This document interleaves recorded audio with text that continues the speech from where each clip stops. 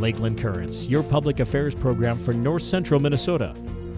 Production funding for Lakeland Currents is made possible by Bemidji Regional Airport, serving the region with daily flights to Minneapolis-St. Paul International Airport. More information available at bemidjiairport.org.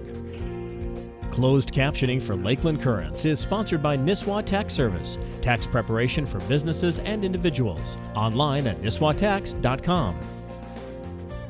Hello again, friends. I'm Jason Edens, your host of Lakeland Currents. Thanks for joining the conversation today, and thanks for your ongoing support of Lakeland Public Broadcasting. Everyone learns differently. Some people are visual learners, while others are auditory learners. However, some of us learn by doing, through experience and expedition. The conventional classroom can't always serve the diverse ways in which people learn. That really begs the question, are some students falling through the cracks of that conventional classroom? Well, that question helps us understand why it's important that we have charter schools like TrekNorth Junior and Senior High School right here in Bemidji. Here to help us better understand the unique learning model and pedagogy of TrekNorth are my guests today. Erica Harmson is its executive director. Allie Dickinson is a senior at TrekNorth, and Alyssa Dow is also a senior this year at TrekNorth. Thanks for joining me today. I really appreciate it. Well, first of all, y'all, what exactly makes TrekNorth unique? Erica, can you tell us a little bit about its origin story and what separates it from a traditional school district, if you will? Yeah, so we have 3 pillars that we focus on at TrekNorth. So we're a 6 through 12 school, and we started in 2003. And besides your traditional classroom, we also focus on AP, and our goal is that every student has access to an advanced placement classroom, just because research shows that they're more successful in college if they have exposure to that in the high school setting. And we offer a variety of AP classes, from AP Art to AP Gov to AP Lit. And then we're actually missing our AP kickoff this morning. It's happening back at school, where kids take their very first practice test. And then we also have outdoor education and service learning. And that throughout the year, kids can go on various trips. These 2 have been to both West Virginia and South Texas on social justice trips. Our service trips focus more on social justice issues and learning about the world we live in through that lens. And then our outdoor trips are places where kids can more challenge themselves and learn resilience and compassion as well. And then the hope is that they bring that into the classroom, those same traits that they learn on the trip. Interesting. So I'm hearing you say that you also place a lot of emphasis on building character, not just formal education. Yes. Well, Allie and Alyssa, I want to ask you, were you 2 given the choice to go to Trek? Was this an option for you? Yeah, definitely. Yeah, definitely.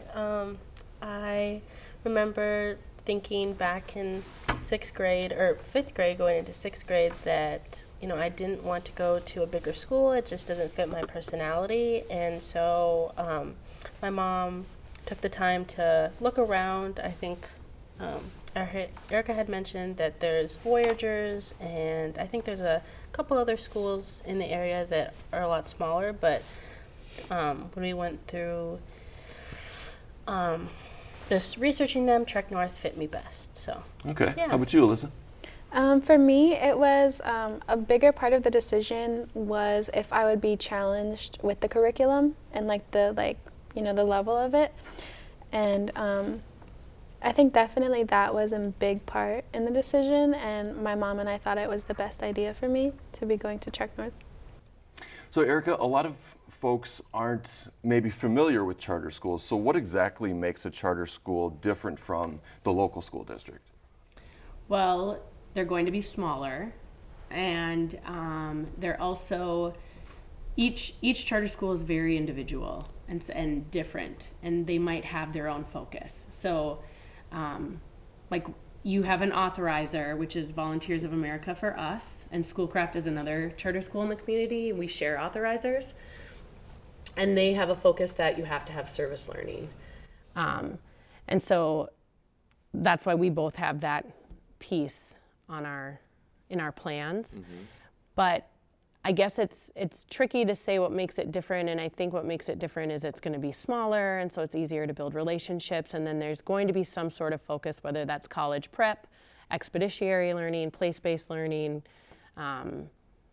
whatever it might be, Sure. outdoor, whatever it might be. Because each charter school sort of has its own emphasis or focus Yes. or niche, if you Yes. will.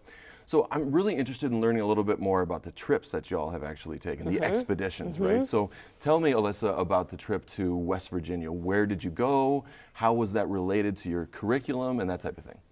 Well, West Virginia, it was a very informative trip. Actually, all three of us were on the trip. And we basically, the focus was the mountaintop removal and just the horrible, like, kind of air quality and, like, the pollution they had in the community that we went to. And we saw a lot of, like, the effects that it had on them. And we visited their school and saw, like, the level of education that they could get and, like, how, like, just kind of involved the community was with that. So some of our viewers might not know what mountaintop removal is. So can you give us a quick summary of what that is? Yeah, my understanding of it is that it's for the It's for coal, isn't it? yeah, it's for coal. It's mining for coal, and I think what they do is they just blow off like the entire tops of mountains, and like they just keep going down to get the coal. Interesting. So you actually went to another school, is that right, Allie? You visited with other students while you're in West Virginia? Yeah, it was super cool. We went to this school and we met other kids our age, and we got to learn about, I believe it's called hydroponics? Yeah, hydroponics. Hydroponics. And their mission, I guess, was they realized that in their area, about 90% of the food places were fast food, right? And so it kind of showed that in a lower income area like that, there wasn't healthier choices because the fresh food and such was just a lot more expensive. And so obviously, you know, if you don't have that level of income, you're not going to gravitate to like fast food places. Sure. But at that school, they were making fresh vegetables to give to the children there.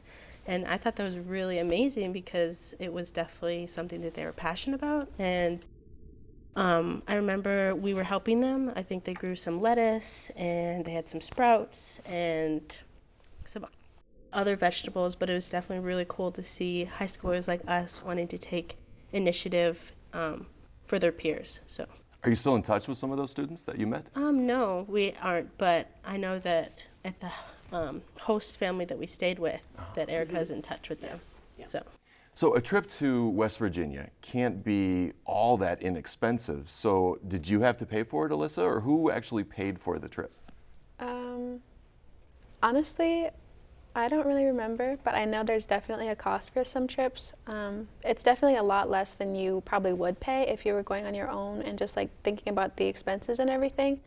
Like the Texas trip is a little more fresh in my mind, and I remember that it was probably about $175 per person. Okay, $175 for a week, 2 weeks? Yeah, we went for a week. And where did you go in Texas and why?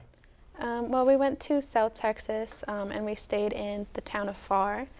It's right on the border, and it was more of a learning experience because the organization that we were there through, it focuses on like just what's really going on at the border and like the real issues and what's really happening there.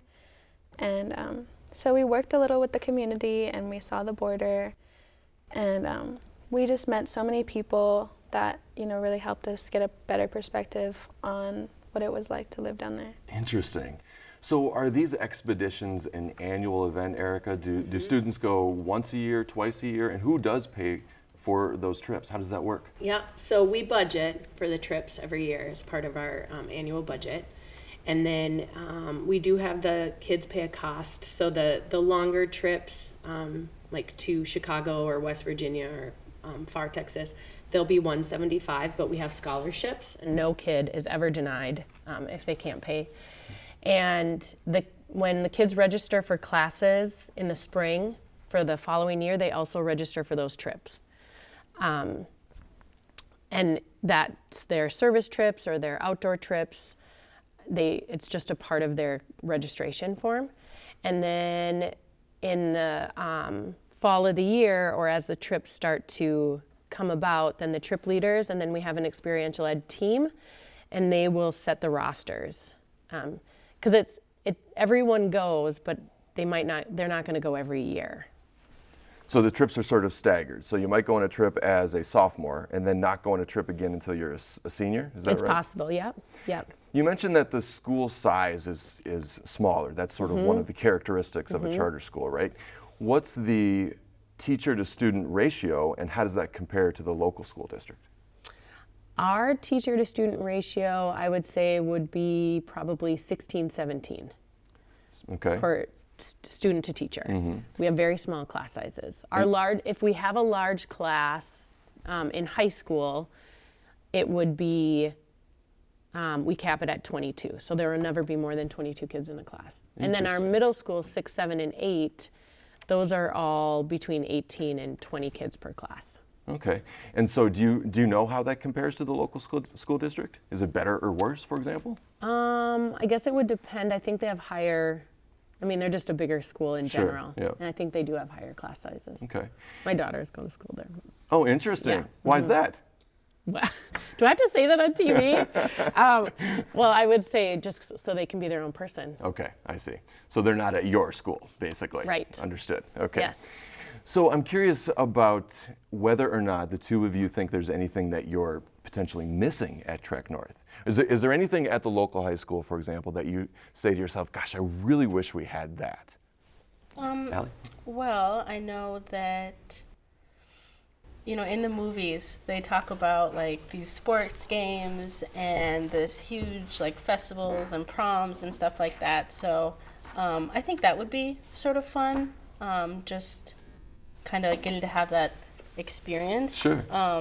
But that one factor or these two factors would not change my decision on going to Trek North. Interesting. So. That brings up a really interesting question. Are there athletics at Trek North? Yeah, we have skiing, track, mountain biking. I know we started a fishing and archery club. Oh, cool. Let me think what else. Soccer. Sure. But yeah. So how about you, Alyssa? Is there anything that you sort of feel like you're missing at Trek North? No, I wouldn't think so. Really, it would just be the sports and like the bigger like school culture events that bigger schools have.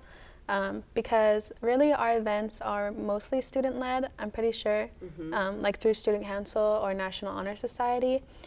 And we plan everything, and we're actually planning prom right now. You're saying that the students plan all of the activities and events? So you're really a part of governance at the school too? Is that what you mean? Yeah, with advisors, of course. Yeah. We can't do everything by ourselves, but really like the ideas and everything for the events are mostly ours. So how about the trips? Are the trips are you able to contribute to where you go as a student body? I don't necessarily I was telling Erica when we were on our way to Texas that, let's swing around to Tennessee. But if a trip is going to Texas, we're not gonna, differentiate. But I know when we were in Texas, we had a lot of downtime, so we got to go to like H-E-B, and there was like a mall, and so when you're on these trips, it's not, it is very like serious, I guess. Like you're going there for a reason, not to go lay out on the beach or something. Right. But you definitely do get a choice, so it's not like this is this, be in bed by this time, and so you definitely get a lot of choice when you're on those trips, because you get some downtime. So I think that's really fun. So it's not entirely structured, right? Yeah. Sure. So tell me more about the social justice emphasis of your trips, Erica. That's really interesting. I wasn't aware of that. Well, each one of our service trips is different. So our Chicago trip we've been doing since, I think, 2005. And, but not since COVID. But we, that would be like our entry level trip, I would say, because when we go to a place called the Dar Center, and they're in the process of moving, but all of the years we went, it was located on the south side of Chicago in a neighborhood called Bridgeport, and they organized a week-long, and it's a social justice immersion trip. So we would learn about homelessness and poverty and food deserts and all of the issues that might impact the people living in an urban setting. And then we would go to agencies, and a big part of that is listening and learning people's stories. And then returning to the DAR Center and in our group reflecting on those issues and asking questions and reflecting on the stories we heard, and then learning more about issues that impact people. And then West Virginia has an environmental justice focus, and that's the mountaintop removal. When we went to South Texas, that has an immigration emphasis, and so we learn about the issues around immigration reform, and we learn it through the eyes of the people who live on the border. New Orleans was the same, and that was a lot of social justice and issues in urban New Orleans. Okay. So who curates these trips? Is it your faculty? Is it your instructors that sort of develop these trips? And are they all repeats like Chicago? Yep, so West Virginia is a repeat, Chicago's a repeat. This was the second time we went to South Texas. When we went to New Orleans, we went 3 times there. We've been to Pine Ridge before. And we just kind of, so the DAR Center we found because a staff member who used to work at Trek North, Deb, had a connection there, so that's how that started. And then I wanted to branch out, and so I asked people that I'd built relationships with through working at the DAR Center. When we found New Orleans, it was actually someone had connected us to this person, and the organization was called United Saints, and the person who started it was actually from Thief River Falls. So that was kind of a cool connection. And then West Virginia, we actually found through the DAR Center too. It's an organization that they had known about. So we kind of just started branching out and meeting different people that work, and they run agencies that, or I should say organizations that focus on social justice service trips for kids. Okay. In high school and college. So it seems somewhat organic. As you learn more about is. these communities, Yeah. you're able to find other opportunities. Have you taken, or would you like to take, any international trips? Actually, I should ask that to the two of you. If you had the opportunity at Trek North, would you have liked to have taken an international trip? Yeah, definitely. We actually had a couple trips. I know for sure that people went to Spain on a trip, and these trips are actually in the summer. I'm not quite sure how long they go. Yeah, I'm not quite sure either. I know it was actually right before COVID hit. Me and Alyssa and a few of my other peers at Trek North, we were planning to go on with our Spanish teacher to go to Guatemala, because that's where I'm originally from. And so that was, obviously we couldn't do that anymore because of the pandemic, but yeah. I'm sorry to hear that. No, that's that's too okay. bad. So both of you are enrolled in AP courses, correct? Advanced placement. Yeah. And I just learned from Erica that there's sort of an emphasis on advanced placement at Trek North. Why is it that AP classes are important to the two of you? Alyssa, let's start with you. Well, AP courses, really what they are is, college level classes that you can take in high school, and I feel like it really just shows you like the type of material that you would see or the workload that you would see in college, and I think with the college prep aspect of Trek North, I think that really fits, and I think it's pretty good. How about you, Allie? Comparison. I think, I can't remember, I think I've taken 7 AP classes at Trek North. I think there's 14. Yeah, 14 AP classes, and I can definitely say from 9th to 12th that it wasn't easy. And being a freshman, I really had to prepare myself. Like, you have to commit to something. And I think when you're that young and then you're able to have a curriculum that structures you, that actually, teaches you something that's pretty concrete, and then you can take on years later. Like, I remember taking like AP government and politics, for example. I would see that in my AP psychology class, and I'd see it in other areas, so I could apply it different places. And I know that when I go off to college next year, that it really set me up for success. So Interesting. So you're with an AP class, do you take the test that would actually give you college credit right after the class, or are all those tests at the end of your senior year? How does that work? Yeah, they're, an AP class is 2 semesters, so a year long, and then the AP tests are usually in May. Okay. So you take it the year that you take the class. I mean, I know you can repeat the AP test if you don't do so well on it, but yeah. So you've already earned college credit, both of you. Yeah. That's fantastic. So it's not only a unique learning environment, or because it's a unique learning environment, I'm curious about your instructors, your teachers. What do you think of your teachers? I love my teachers. I feel like, especially because it's such a small school, we can all be really close and personal.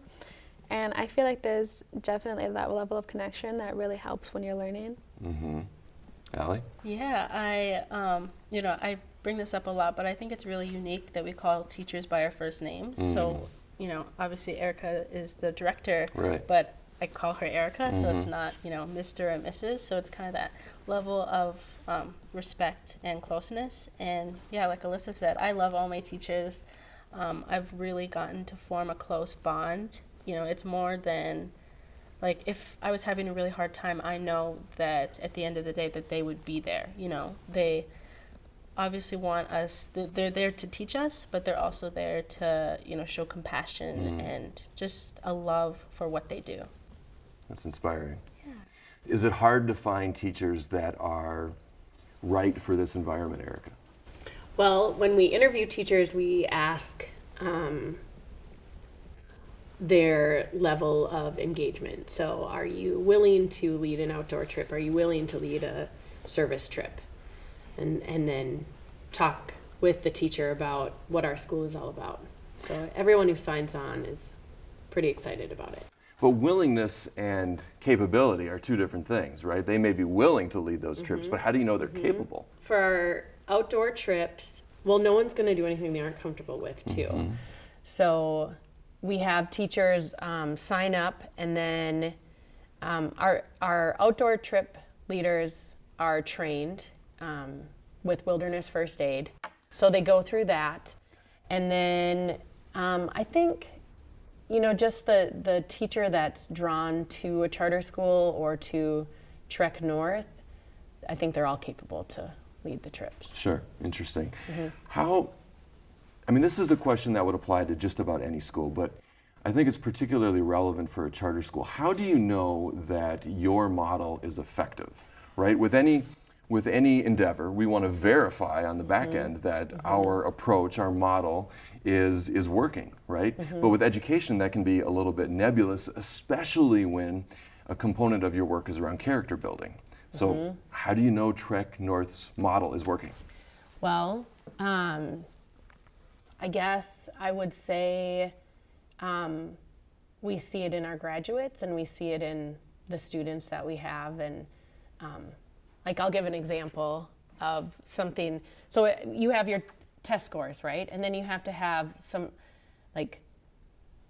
street data or some sort of data that is not tied to a number. And so it would be a story. And I have 2 students that came to me. They're sophomores, and they're on both our student council and our Native Youth Council. It's Marla and Cece. I'll name drop their names because I'm so proud of them.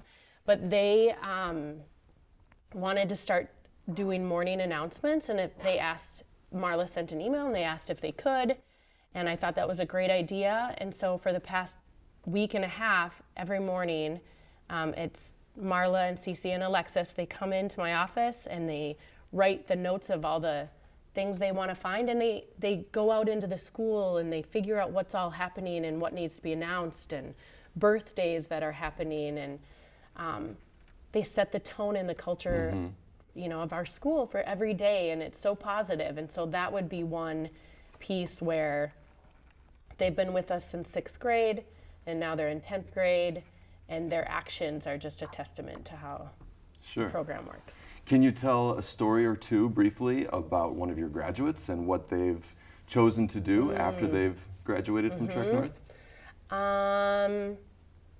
Yes. So we have some of our graduates that are in the community still, and they're working in social work positions or teachers.